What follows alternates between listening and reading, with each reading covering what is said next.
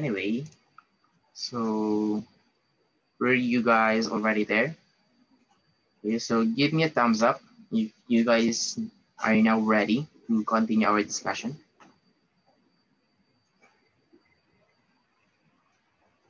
Right, so I'm seeing 1, 2, 3, 4, 5. Okay, so there's at least 50% is now ready, or they are now in front of their computers or screens. Yes? Any question? Any questions so far?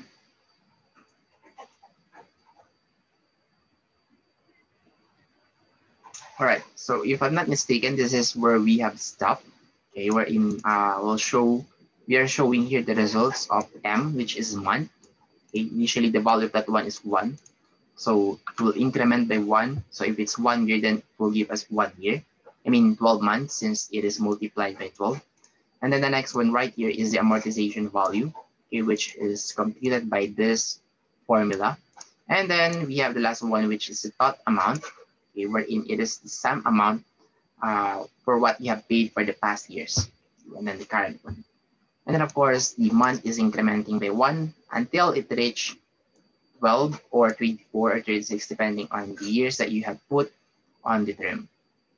All right, so without a further delay, let me show to you guys the sample output. So we have here, say 100,000 and just 1 year. So it will give me 12 months, okay, as a computation. So this is the annual payment that I need to pay every month, 9,025 annual amount, not annual amount, monthly amount that I need to pay if I borrowed an amount of 100,000, okay, for let's say 1 year to pay, okay. And here's the total amount that we have already paid, having a interest of, is it 12%? 15% for 1 year. Okay, so not bad. We were able to borrow 100,000 and then, yeah, an interest of 8,000 pesos in total. So let's see if we have the same result in here. We have 200,000 and then 1 year. 200,000 and oops. Okay, so that is one thing that we need to add in this code. Let me just add a list box that's clear, so that every time that we will list box 1, so that every time that I'll click this button, it will not overlap with the previous computation. 200,000 in 1 year. So there you go. We have 18,000 every month, and we are the computed sum amount every month. Where is that? There you go. So we have 216,000, 216,000 right here. Okay, and in here we have PHP. So you can do that one just by doing the previous example that we had before. Okay, anyway, we have the same result or answer, then this is already okay. Okay, so again, the correction regarding with this exercise number 6 is numerator should be this one and then denominator should be this one. So just interchange those two and you will get the same result or answer. And here's the solution, which is also the same with this one. Okay, so are we clear so far regarding with your exercise number 6?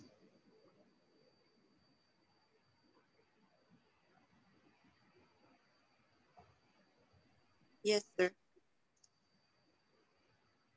Okay, so to those who didn't answer or didn't reply, so I'm pretty sure that you guys are confused or you guys are not in front of your computer.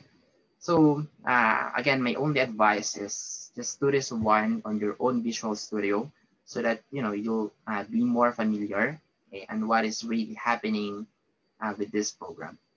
Anyway, that's just an example. So yeah, you can watch again my recorded video for you to be able to follow everything.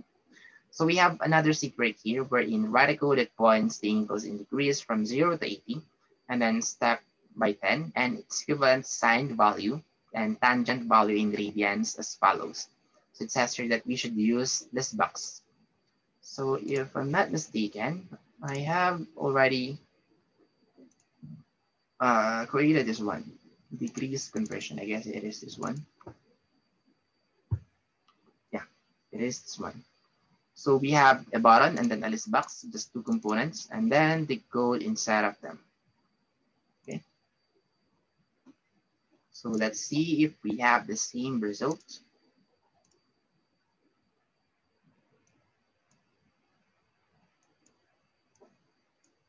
So there you go. We have the degrees, which is 0 to 80. So step by 10.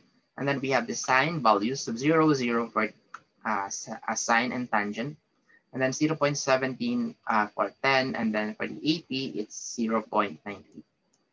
So yeah, we are now the same. It's just that they are differs when it comes to the decimals. Because I have used a different approach in here, wherein I only chose to have 4 decimals.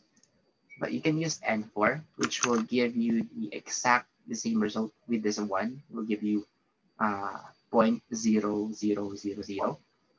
Okay, but in my case, it's a different format. Anyway, so yeah.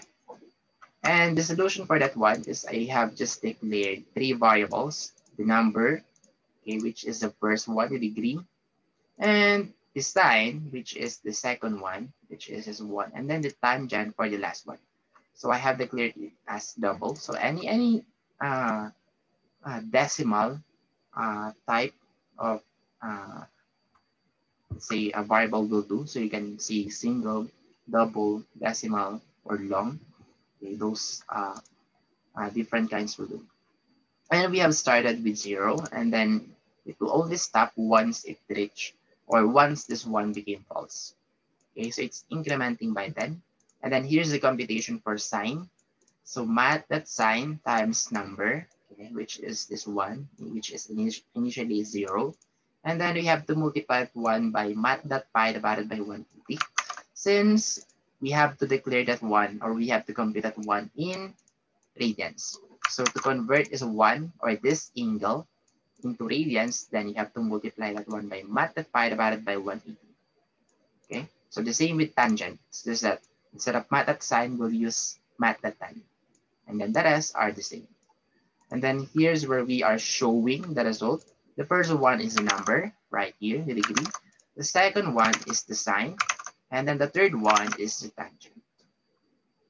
Okay, and then it's incrementing by 10.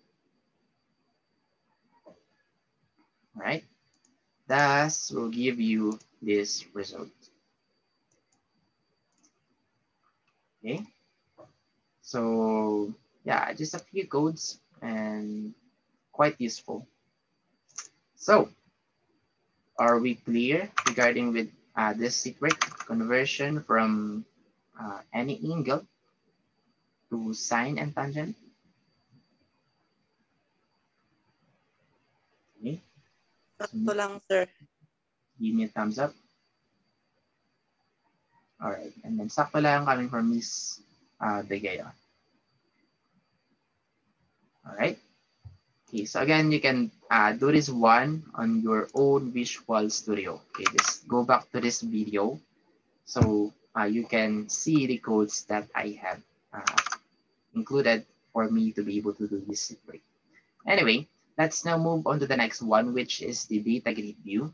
Okay, so to make it short, it is the same with the list box that you are seeing in here. It's just that in data grid view, this one is a customizable grid wherein it has a lot of advantages over the text box, list box. Okay, it allows the user to add rows. It allows the user to delete rows. It allows them to modify the columns, rows, edit mode, multi-select, column headers visible, and then row headers visible.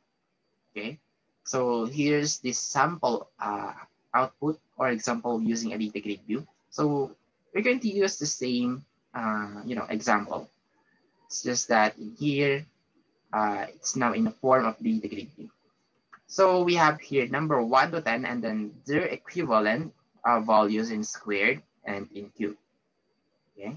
And here's the solution for this data grid view. Wherein I think I already have this one. So let me just show this one to you guys. Data grid view, squares and cubes. Okay. So just focus on this first button for now, because I have included here another button, which is we can retrieve whatever is inside of this data grid. But for now, this code for now. So in here, I have declared two components. So for now, okay. So we have here the computation on whatever is the result that it will give us on this data grid view. And here's the code for that one, for the number, squared, and then cube. So we have declared those three in by integer. And then I have added, yeah, this is actually necessary because you don't want to overlap the results, whatever you have on that data grid view. Okay, so you want to clear it one before showing the next result. So later on, I'll show to you guys what will happen if we don't have this function right here. Data grid view one that columns clear. For now, this one is very important. And then for the first three columns, so this is where we can see the title, okay, or the header. Okay, we have the first column, the second column, and then the third column. And then the one that you guys are seeing right here are their values below that header. Okay, so under number title, we have this computed value. Below square, we have this computed value. Below that cube, we have this computed value. So basically, it's the same with the computation before with the use of list box. So we've started with 1, it's incrementing by 1, and then it will not stop unless this one became false. So number 1 to 10, okay? And here's the computation for the squared, here's the computation for the cube, and then this is where we are showing, okay, the outputs one by one. So the first column is number, which is this one, and then the second column, which is squared, which is this one, and then for the cube, which is the last one. Okay, so if I will show this one to you guys, you will see something like this. So 1 to 10, and then their equivalent squared values, and then their cube values. Okay, so this is now what you guys are seeing right here. The number square, cube is this one. Unlike in list box, okay, you can add those headers by going to the properties and then going to the collection and then add it manually, type it manually. Or you can actually do it also by code. But in here, in data grid view, it's mandatory, okay, that you need to have a header before you can proceed and then have the results below them. All right. And for the next button that you guys are seeing right here is retrieve data grid. Okay, wherein we can actually retrieve the first cell, okay, which is cell 0, and then the second cell is cell 1, and then the third one is cell 2. Okay, and then we'll display them on a message box. Okay, so this is the first value, second value, and then the third value. So if I will click this retrieve data grid view, so it will give us an output in message box. So this is the first value, or first row rather, 1111, and then the second row 248, the third row, the fourth row, and so on and so forth until it will reach the 0, 0, 0 right here. That's indicator that's the last row, okay, that you have on that data grid view. All right. So what else that I need to mention? Yeah. So in here, you guys can see this one. I'm clicking the compute using data grid view many times, but nothing is happening in here. That's because we have this function data grid view that column set clear. So if you don't have this one right here, let's say I'll make this one as a comment. So meaning it is not part of the code anymore. It's just a comment. So if I click the button one time, so it will show us the result. But if I click this one once more, it will give me another result. Okay. If I click this one more time, it will give me another result. And so on and so forth. So as you guys can see, it is overlapping, okay, whatever you have on that data grid. So that is why you need to have a clear function to avoid overlapping of whatever is the result or the past results on that data grid. Okay. Right. So were you guys able to follow regarding with this example by using a data grid view?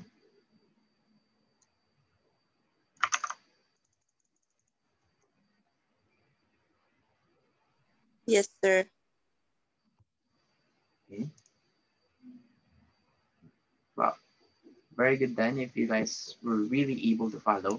Well, I'm not expecting you guys to able to understand this one, just by watching and then just by looking on your screen. So you'll fully understand this one once you're the one who's running this program. Okay. Anyway, so yeah, that's it for this example. Okay, using a data grid view. And here's the solution on how to retrieve, which is the same with what we have in here. Okay. And then for this assignment, okay, so write the code for each item that produces table of X and Y values for the following. So again, since we don't have that much time, I'll not give this one as your assignment anymore. So yeah, the only one that I will give for this module is this sit right here, your turn. You add numbers using the do while loop structure. And then the rest are just example activities. So with this one, let me just show you guys how to do this one so that you guys can have an idea. So I have already created that one assignment.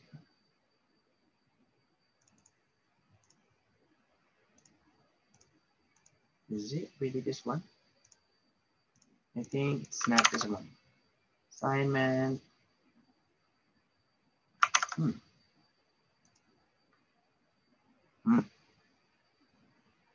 me see. Yeah. So it is this one.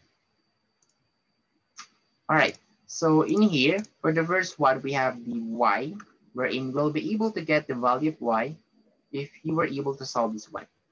Okay, so let's say we have a value of 5, since that is our initial value for x.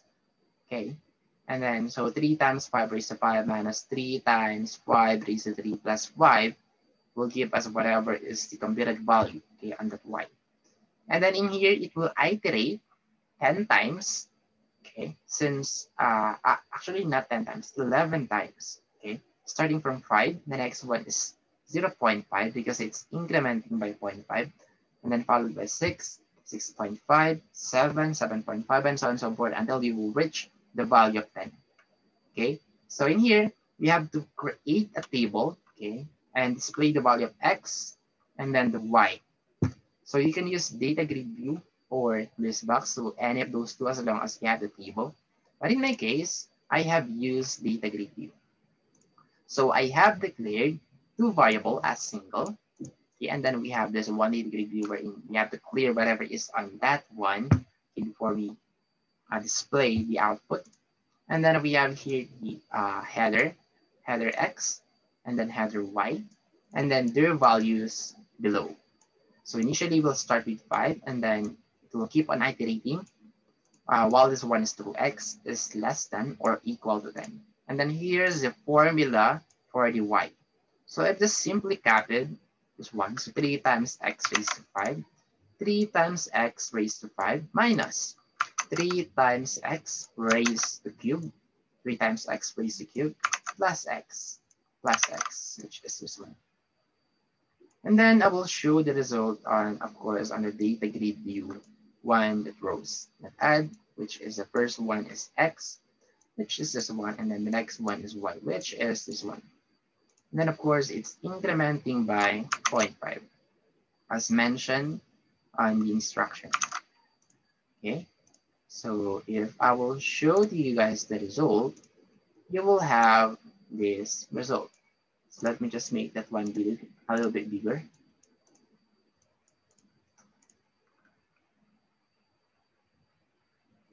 All right, so we have 5, 5.5, 6, 6.5 until the value of 10. And then their equivalent computed values if we have those values on the left side. Okay, 9,000, 14,000, 22,000 until 297,000. All right. So that's it for the number one. Okay, and then for the number two, just simply change this formula.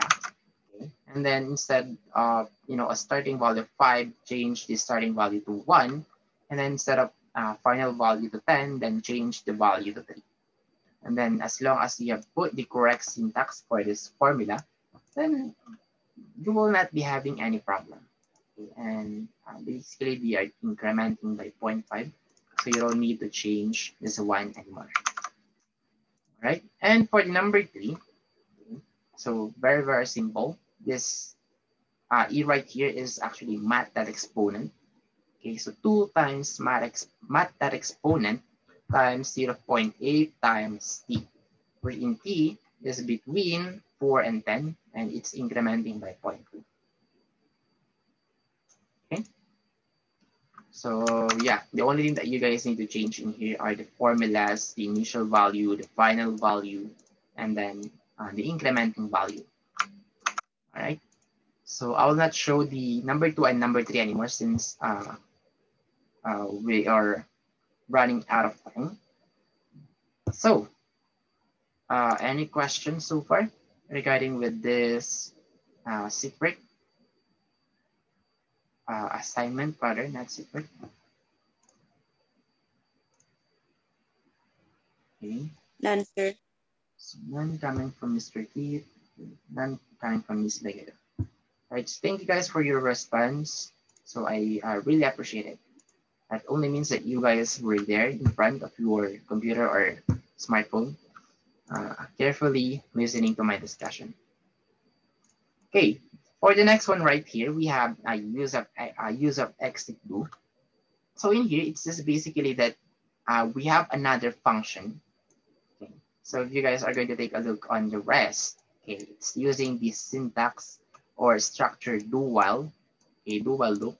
But we have an additional one, which is if x is equal to 5, then exit loop. So basically, this one will loop 10 times.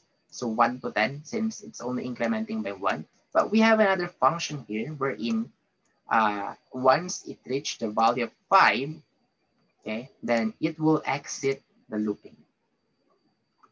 So meaning you are forcefully closing the loop once it reaches this value. So if I will show to you guys the result of this one, I guess I have already created this one. Exercise, exit. That's why I think it's the exit while. Okay, so let me just copy this one. So I have declared a variable, which is x, and then initial value is 1, and then up to 10. And then we'll display the value to message box. And then once it reaches a value of 5, it will close the looping. And it's incrementing by 1. So in here, if I click calculate, so the first loop is 1, second loop is 2, third loop is 3, fourth loop is 4, and then fifth loop is 5. But since we have already reached the value of 5, then that's the time that it will stop looping, since we have this condition right here. Okay, so even though the maximum or the final value is 10, but we have this one, so it will still close. All right. So were you guys able to follow regarding with this additional function? Yes, sir. Okay. So if I change this one, okay, by 2. Then once it reaches the value 2, then it will close looping already. Okay, 1, 2, and then it will stop already. So this is just, another function which will forcefully close your loopings. Okay, so the same with the exit while. Okay, so I'll not show the result of this one anymore since it will just give us the same result. It's just that they are differs when it comes to syntaxes. So we have the exit do, okay, or do while right here, and then the exit while for the while and while structure, and then the exit for the for next structure. Okay, so let me show this one, just this one. There you go. So 1 to 10, but we have this condition right here where if x is equal to 5, then exit 4. So 1, 2, 3, 4, 5. And then once it reaches 5, then it will not proceed anymore. All right, so that's it for this another function. Okay. And then we have assignment right here.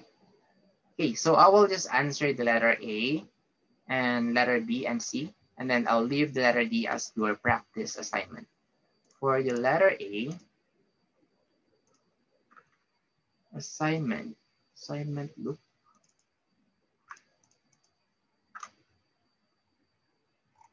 All right, so right here we have a summation from 1 to 100.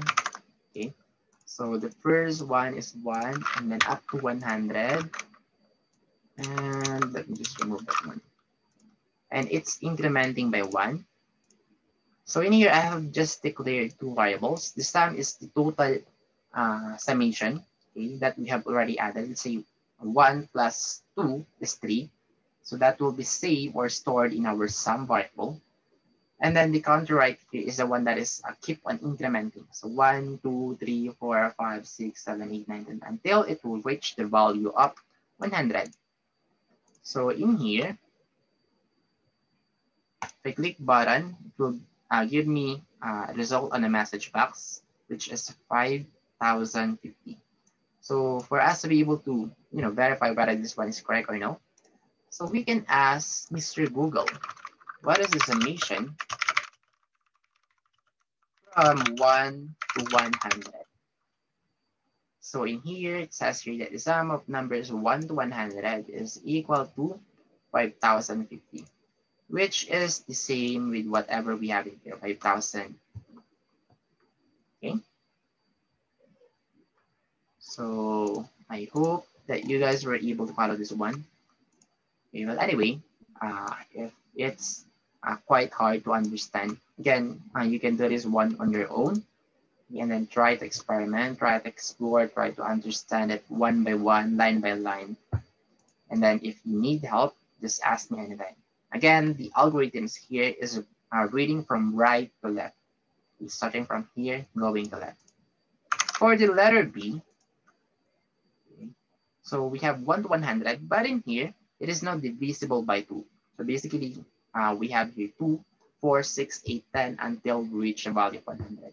So we are only adding the even numbers from 1 to 100. So that is actually super easy to do. So the starting value is 2. The final value is 100. But instead of incrementing by 1, just increment it by 2. Okay, so in that case, everything that will be shown or will be added will now be even numbers. So in here, it will give us a result of 2,550. All right.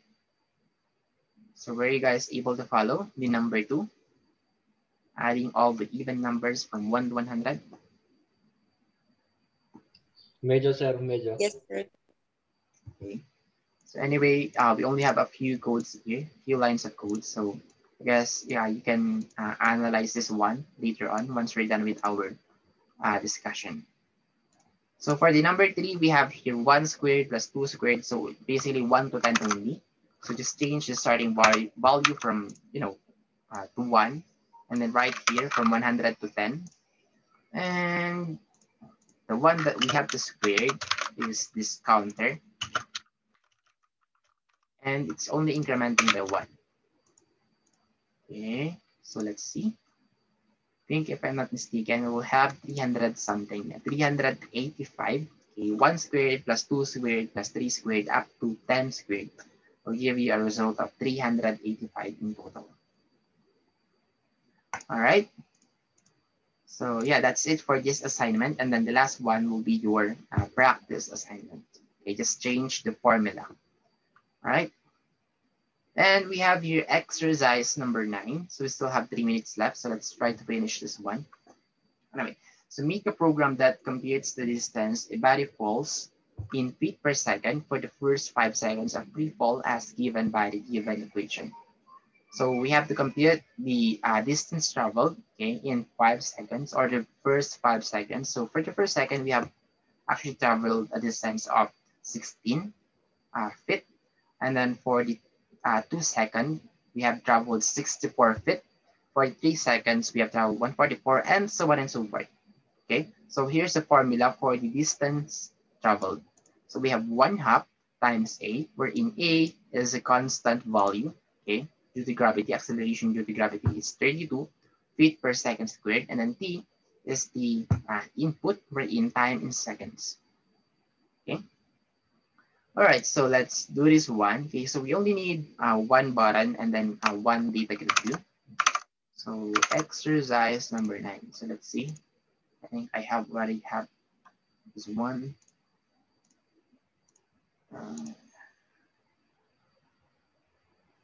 There you go.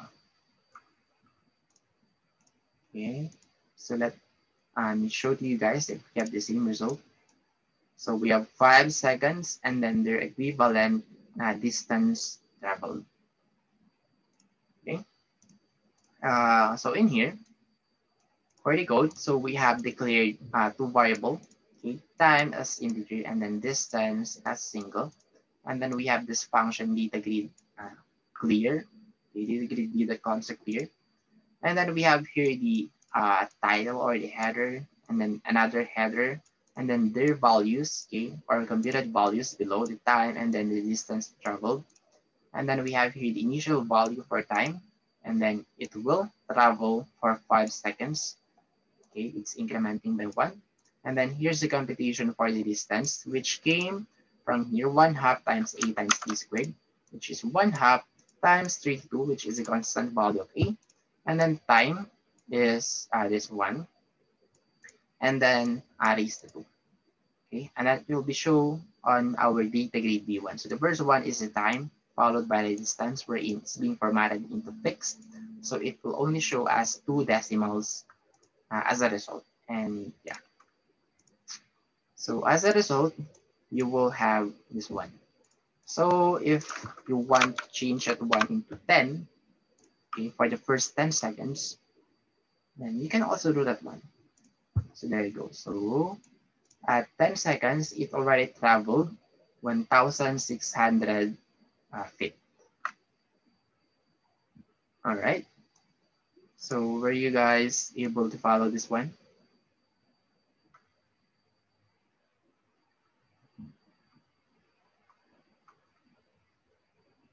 No? Medyo, sir. Okay. So I'm thinking that maybe in your mind you were only able to get 10%, but don't worry, that's already a big progress. Anyway, so we don't have enough time again anymore, so we'll just continue the rest on part